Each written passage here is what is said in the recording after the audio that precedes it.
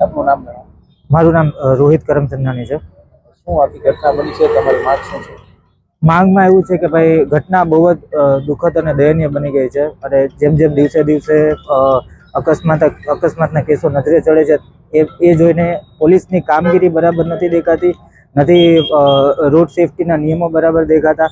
અકસ્માતમાં ખરેખર સામેવાળી ગાડી ઓવર સ્પીડિંગમાં હતી અને એમણે આ ફોર વ્હીલરમાં હતા અને મારા ભાઈ જે ટુ વ્હીલરમાં બાઇકમાં જતા હતા એમને સીધું સામેથી જ એક્સિડન્ટમાં ઉડાડી દીધા છે અને ભાઈને ઓન ધ સ્પોટ હેમરેજ બી થઈ ગયું છે।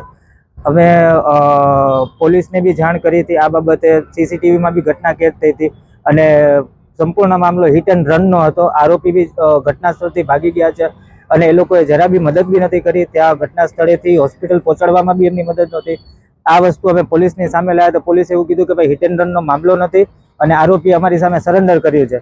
આવું બોલવા છતાં અમારી માંગ એવી હતી કે ભાઈ જો આરોપીએ સરેન્ડર કર્યું છે તો તમે એમનું નામ જણાવો, અમને આરોપી સાથે મળાવો। તેમ છતાં પોલીસે કીધું કે ભાઈ ના, અમે એમને જામીન આપી દીધા છે, પણ તેના કોઈ બી પુરાવા પોલીસ અમને આપતી નથી। આ સતત બીજો કે ત્રીજો બનાવ નજીકના દિવસોમાં તાલુકા પોલીસ સ્ટેશનની હદમાં બનેલો છે। તેમ છતાં એ લોકો હજી પોતાની કામગીરીને પ્રબળ નથી કરતા અને કરપ્શનના લીધે પોતે બધા બનાવો ઉપર સત્ય ઉપર દબાવ અને પડદા નાખે જ છે અને આ બનાવો બનતા રહ્યા છે।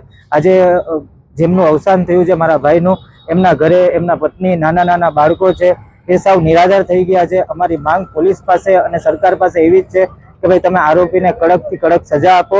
કોઈ બી રકમનું વળતર આજે અમારા ભાઈનું તો ખાડો નહીં પૂરી શકે, પણ તેમ છતાં એક ન્યાય અને વળતર આ પરિવારને અપાવડાવે। આપનું નામ જણાવો। મારું નામ રોહિત કરમચંદાની છે। શું આખી ઘટના બની છે, તમારી માંગ શું છે?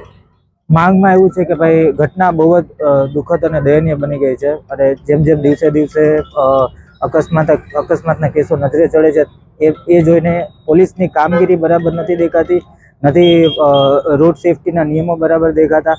અકસ્માતમાં ખરેખર સામેવાળી ગાડી ઓવર સ્પીડિંગમાં હતી અને એમણે આ ફોર વ્હીલરમાં હતા અને મારા ભાઈ જે ટુ વ્હીલરમાં બાઇકમાં જતા હતા એમને સીધું સામેથી જ એક્સિડન્ટમાં ઉડાડી દીધા છે અને ભાઈને ઓન ધ સ્પોટ હેમરેજ બી થઈ ગયું છે।